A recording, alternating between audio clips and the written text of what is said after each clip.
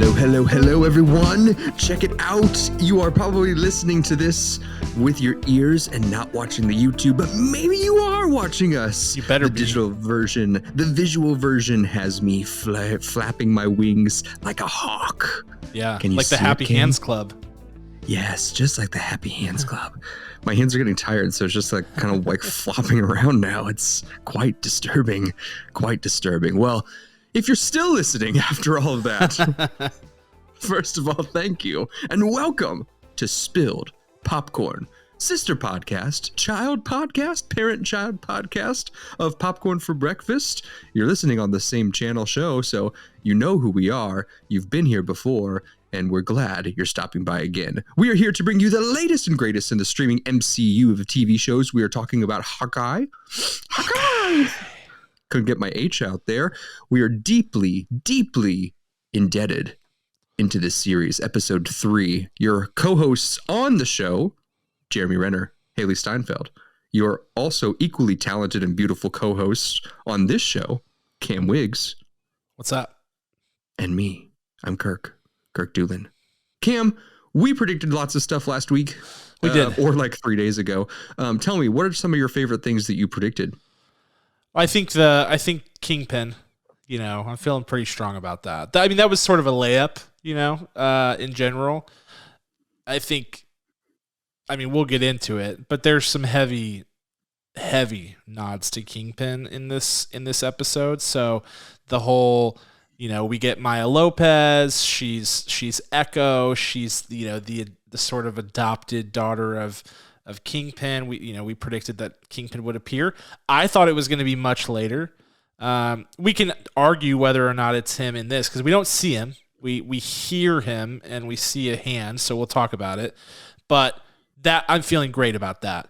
And we talked a little bit about Spider-Man No Way Home and how the final episode of this series strategically takes place or will air 5 days after No Way Home hits theaters. Yes. So, I'm starting to lean into the Daredevil thing because I really do strongly feel like Matt Murdock will appear in No Way Home. We had the news late last night with Kevin Feige confirming to comicbook.com with his words that Charlie Cox is the MCU Daredevil. It's the first time anyone has confirmed it, and it's coming from Feige himself.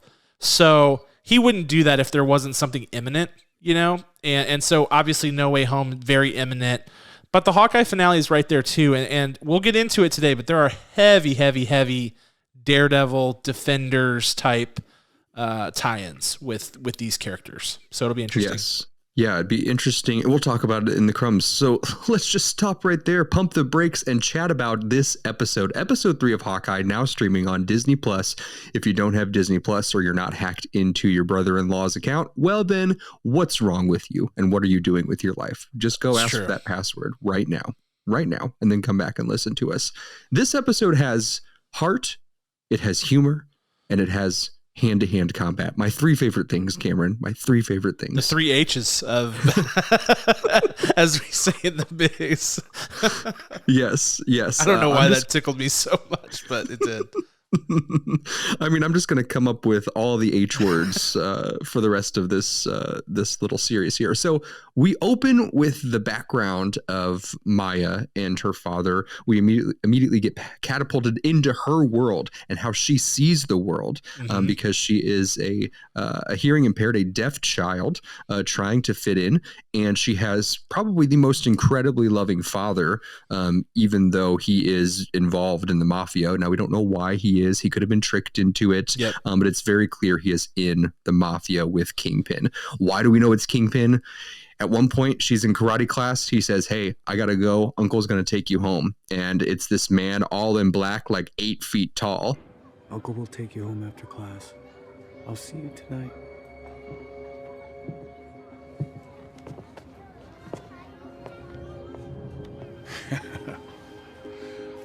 And in Daredevil, we see him in a black suit for at least the first season. It's his color. It's his color, man. It's his color in the comics. It's black on black on black. Black suit, black shirt, black tie. That's the Kingpin uniform, man.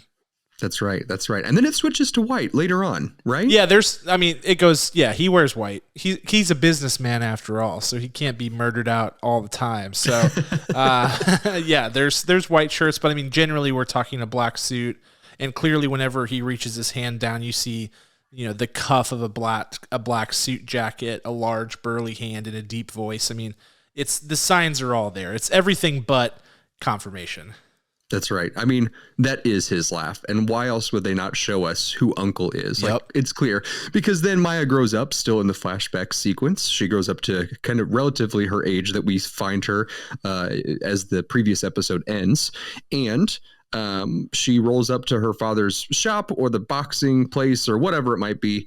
And she suddenly feels that something is wrong, and she sees lots of commotion inside, and she sees blood splatter on the windows, and that we clearly see that this is Ronin, aka Jeremy Renner, as aka Clint Barton, aka Hawkeye, murdering this entire group of people inside this building. Very graphic. If you have younger kids that are into the MCU, be careful on this. Surprisingly graphic for the MCU. Yeah, blood splatter on the glass windows. I mean, you don't see anybody get killed per se, but we don't see a ton of blood in the MCU. This was interesting.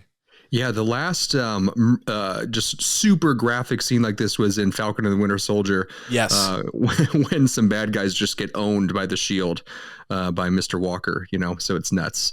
So we see, then we cut back to what's going on. Hawkeye and Kate Bishop are tied to these little like quarter toys that you find at the back of Walmart, but we're in an abandoned KB Toys. Cameron, did you ever go to a KB Toys store when you were a kid? Heck yes, dude. That was Lituation Station back in the day. KB Toys. I think they might still have those in like Canada and stuff like that. So maybe that's where this was shot. I don't know, but yes, KB Toys for the win for sure. It's so good. If you don't know KB Toys, you're missing out. I really hope that this reboots them because, I mean, you have Toys R Us, but KB Toys had its own flair. I don't know. It was just... It did. It was smaller. Special. It was smaller, more intimate, more toys per capita than Toys R Us. That's right. Higher quality toys. Like, they weren't just going for every brand. They were just going for the best toys. That's what it was about. That's what it was about. So hand-to-hand combat, they break out. They're running around in there. Clint gets his hearing aid just smashed to pieces. So then you have a little bit of parallels between him and Maya. He's going through trying to figure out how to walk through his day without being able to hear, which is really wonderful and insightful. And then we get some glimpses into the Pym arrows in this incredible fight scene, this incredible car scene. Cam, what did you think about the car scene, the camera work in the car? I love the camera work. There's one part in the chase scene where the camera appears to be on some sort of gyroscopic rotating situation, and it does full 360s around, and it's like a one shot, no cuts type situation where you're seeing what's going on behind the car, then you're seeing Kate and Clint interacting in the front seat, and then back to what's happening behind the car, and what's happening has changed. It was really, really crafty.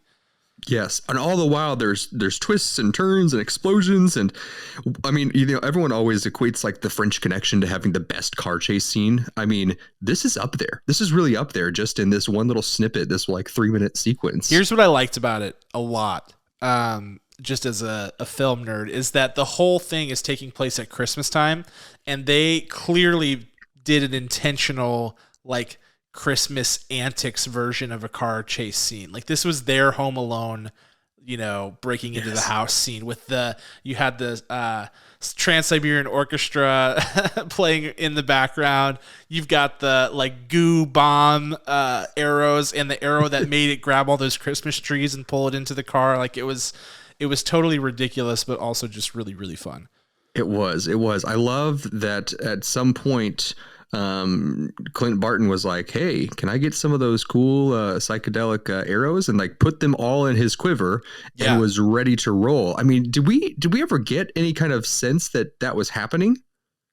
No, I don't think so. And I think, to date, we haven't seen a ton of different arrow variants from Cliff, outside of a few exploding tip arrows, a few grapple arrows, things like that. But nothing the likes of what we saw in this episode with the Pym particle arrow, the sludge bomb arrow, all these different things. So this was a good twist.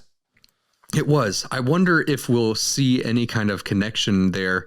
Maybe it gets caught on like a news channel, and then maybe it gets played somewhere, and I can see some like quips coming from from Scott Lang, like, "Hey, nice job on those arrows," something like that, or even Michael Douglas, right? So I think there's something that they'll be able to connect later on. I was just making sure I didn't miss it in the background here.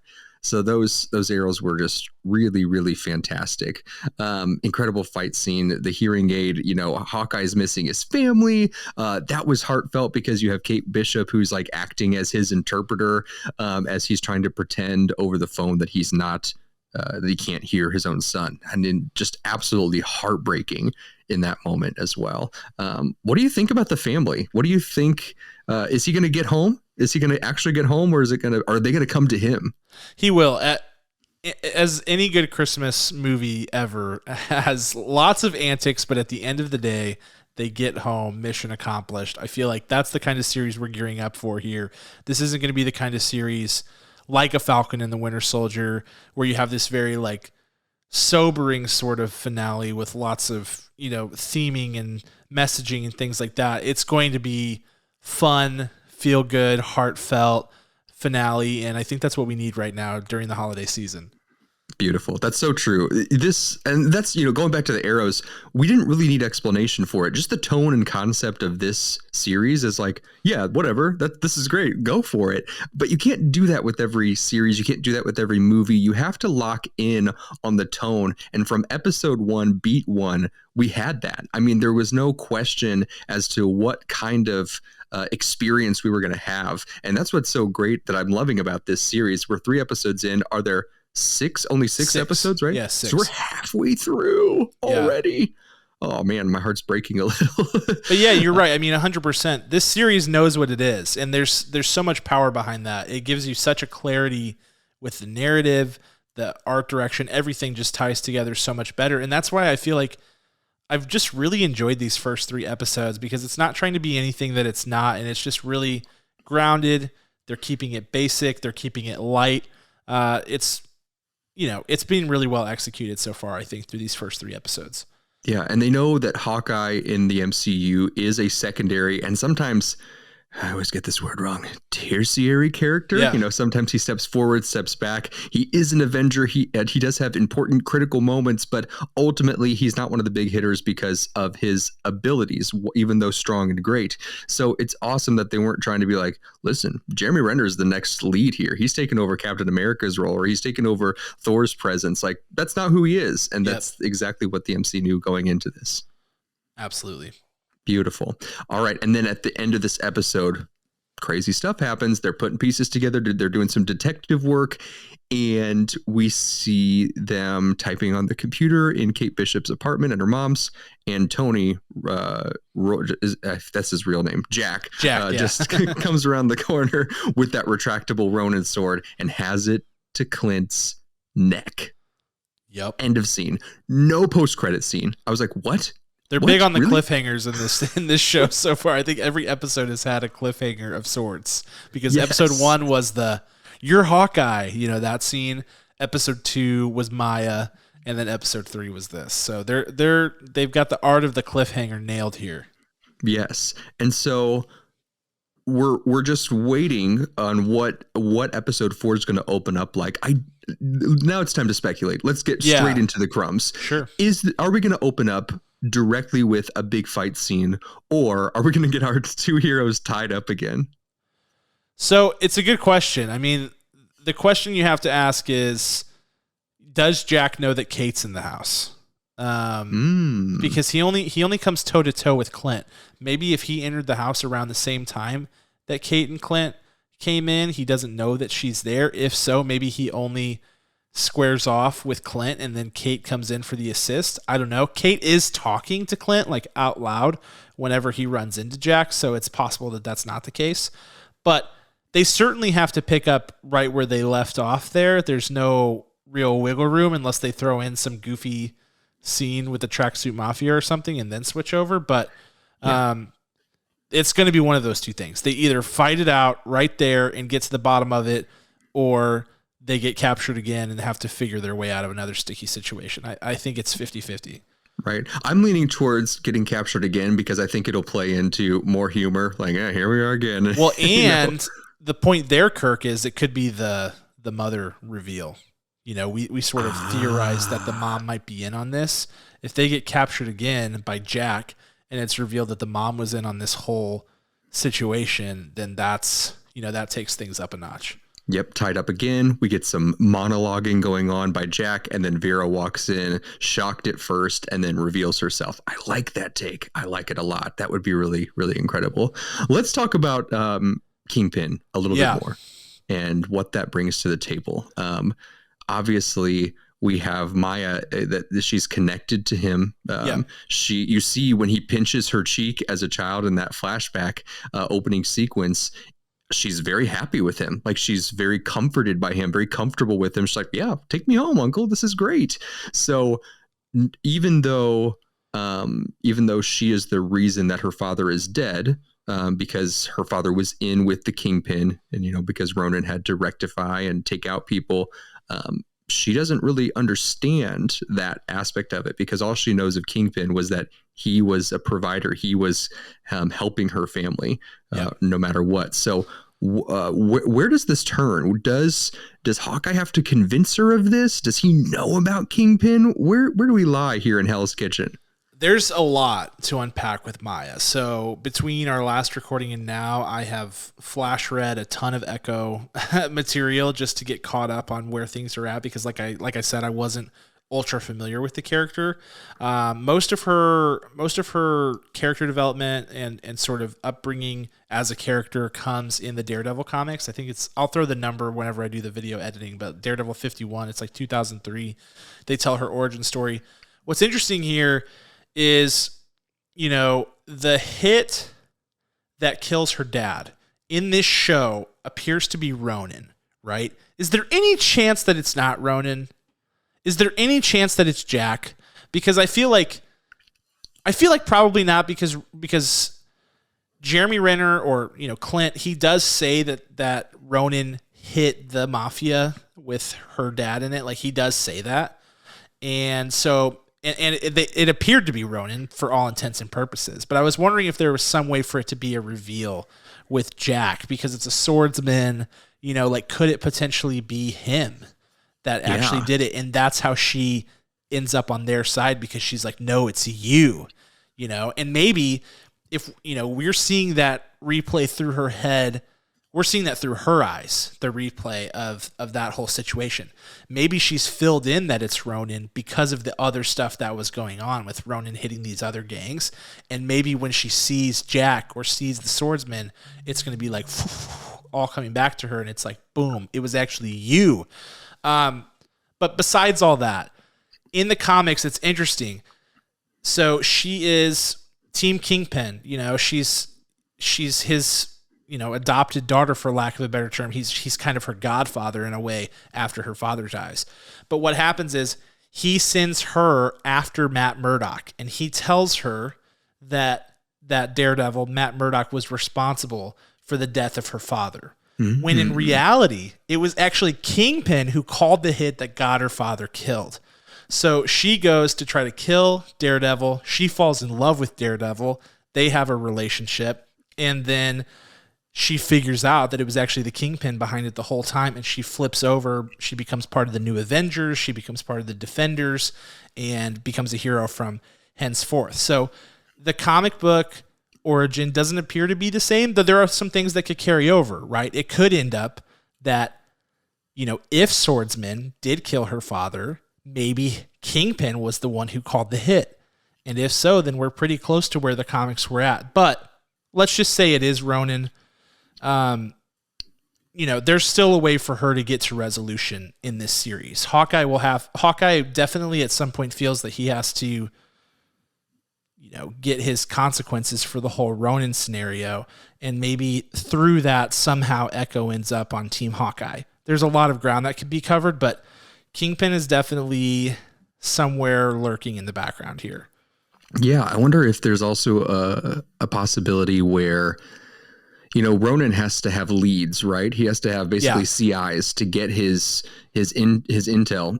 So what if he is either hooked up with Kingpin and that was a greater threat than Kingpin was at the time of what he was after, or he was hooked up with Jack. Maybe he already knows Jack. Yeah. Maybe that then he's going to like retract that sword and be like, "Hey, it's been a long time, Ronin." And then that's absolutely. when Haley Steinfeld hears. Yeah. There's a lot of ways they could go with it. I think the other thing is Kingpin is new to the MCU, so it could be that people don't know that he's bad yet.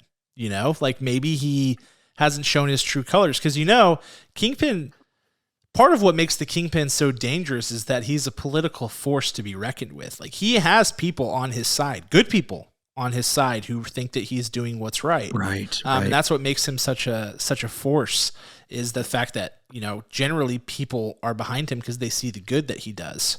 And he thinks he's doing good, Right. He's a great villain because of that. So there's definitely a situation where Clint thinks he's a good guy, Echo thinks he's a good guy, Swordsman, whoever, and it's just a matter of ironing all of that out. But my favorite theory is it was actually Swordsman who killed her dad. Swordsman was, a hitman called in by Kingpin to clean up some mess, and that all comes to fruition through this discovery by Kate and Clint, and then it's Echo, Kate, Clint, all against Swordsman and the Kingpin, to end the series. That would be my preferred route. This is crazy. Yeah, this little ball of just like so many different threads that could be pulled from it, much like the bigger MCU. Yeah. We have Kang, we have all of these different options. You have the Eternals, you have with their god, right? We have all the Celestial, we have all of these different threads of big bads kind of everywhere, and we don't know which way they're going because it's just chaos, right? Chaos magic. It's all so unpredictable, which is very right for phase 4, because we can't put our finger on it. We almost can, but Kevin Feige, you mastermind, you. It's nuts. It's ambitious too. It's really ambitious. Right. So I hope it works. You have to give us answers, and if you don't, then it falls apart, right? So yeah, I still trust them enough to do it, but it is so exciting to watch this play out as well. I want to talk about a speculation in the Daredevil world. Did you watch all 3 seasons of Daredevil? I did. Yes. Awesome. So, did you watch all of the Defenders? All, but I didn't make it through Iron Fist. That's okay. Did you watch the Defenders? Oh, yeah. Yes. Or was Iron Fist the last of it after that? No, I think Iron Fist came before Defenders. What about season 2? Well, whatever. Semantics. What I want to talk about is Elektra. Yes. Nachios. Yeah. Because Daredevil's main squeeze in like the original storyline, and she is killed in Daredevil, but then she is resurrected by the Hand, the secret, kind of surreal supernatural group that like summons some like dark magic to get things back in order whenever they see fit. And if there could be a love triangle here between Elektra and Maya and Matt Murdock when Matt Murdock enters the story here. Do we think Elektra can come back into the fold? If she does, do we think we see her in this series in Hawkeye? Elektra can definitely come back into the fold. Can definitely. It has comics backing. In fact, that whole thing with the Hand resurrection using the dark magic situation, that all happens in the comics as well. Mm-hmm.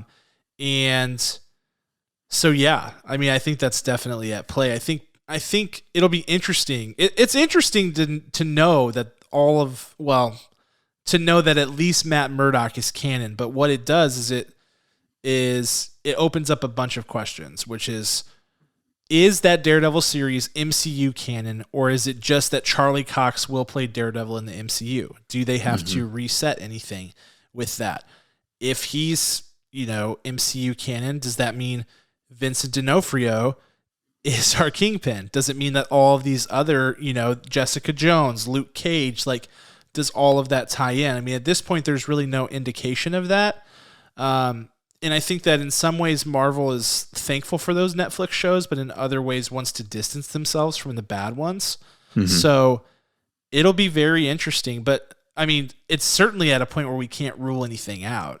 And Maya and Elektra have deep, deep ties in the comics throughout that whole situation. They go toe to toe. So yeah, it's on the table. It's on the table for sure. I think you definitely want in your next Avengers a Luke Cage fighting whoever is in your way, because your boy's indestructible. So let him come in. Jessica Jones is a fighter. Obviously, Charlie Cox is a baller with everything he does, just a master martial artist. So that's just seeing them come back into the fold is just so exciting, because at least those characters from the Defenders, they did right. And who knows, maybe they can swap out Iron Fist for someone else to join. I'm sure there was some change outs there along the line. Yeah. And what's interesting is that with the hand, it's Maya actually gets killed and then revived by the hand at some point in the comics too. And the reason that they do it is to try to make her under the control of the hand. So like she's fighting for good. She gets killed. They revive her and they're like, we're going to use our dark magic so that she can be, one of us. And that ends up being the case where Echo is sort of fighting back and forth between like being good and fighting off this dark magic and stuff until Doctor Strange gets involved. My gosh.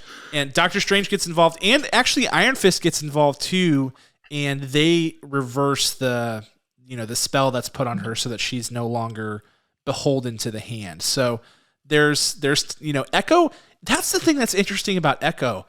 If you look at the whole Marvel, comic, it's massive. The web, even 100 times more massive than the MCU.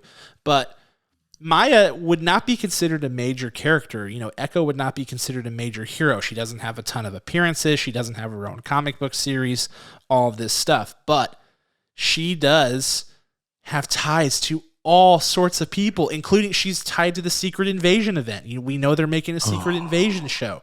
She's tied to, she lives in the Sanctum Sanctorum for a while with Doctor Strange because she's got nowhere else to go. She's tied to the Defenders. She's tied to Hawkeye. There's huge implications for this character, and we know she's getting her own show too. So if they want to stay on the comics line, there's a ton of material there for them to play with and sort of tweak for the purposes of the MCU. That's what's so cool about this character in particular. I feel like with all the other series, the MCU series, we've had these introductions to characters and they're killed off within the same series. Yep. Or they are sent off in an airplane, to like, I'm going to Istanbul. Like this character I didn't realize how significant she was in that she's not going anywhere. At the end of this series, she has her other series, but she very well may end up on the big screen because we can't continue the story without her, which is super exciting.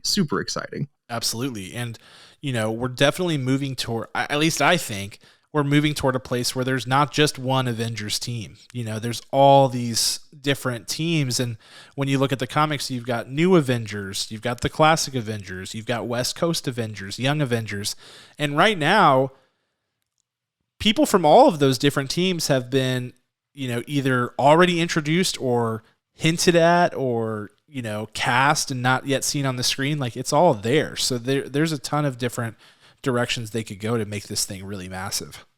Man, I don't know how deep the rabbit hole it sounds from the listener's view, but I've just been super excited about this conversation. Yeah. So I hope you have been listening with eager ears as well. Is there anything else you want to drop right now, Cam? No, I just, like you said, we're halfway through the show and we have all those different threads moving in different directions. There's a lot to cover. I think in the past we've felt this way with each MCU show at the halfway point, and they've always sort of through the back half picked one thread and gone. So the real question that we're at now, and maybe that question gets answered in episode 4 this week, is which thread are they going to follow? And will they cut the other threads loose and kind of say this is the focus of the show? Or will the show end open-ended? I think that's definitely possible too. Last prediction. Does Ronin get called out as Hawkeye in this next episode to Haley Steinfeld or anyone? Yeah. His time's up. The walls are closing in around him. Yep. So it's got to happen. I lied. One last prediction. Do you think Haley already knows that he's Ronin? I don't. Mm-hmm. I don't think she knows. I think she's just like, she's very new to this world and is just sort of everything that happens to her is new information. So I think she's totally in the dark. I like it. Yeah. She'll be devastated when she finds out. She really will. It's going to be some waterworks and maybe some fight. Yeah, she might be throwing crap at him. Who knows? For sure. It'll be interesting. It could be fun. Well, guys, that's episode 3 of Hawkeye. Only 3 to go, 4, 5, and 6. That was Echoes. We want to hear what you have to say about this episode. Are you watching? Are you enjoying? Who's your favorite character? Do you like Echo? Are you excited about Kingpin? Are you excited about Matt Murdock coming back into the fold? What is going on with this show? Catch us next week. We're going to play us out with our original music from our special team, Rhetoric, played by our brother-in-law and his buddy in their band, Cam. I'll see you next time. Peace out.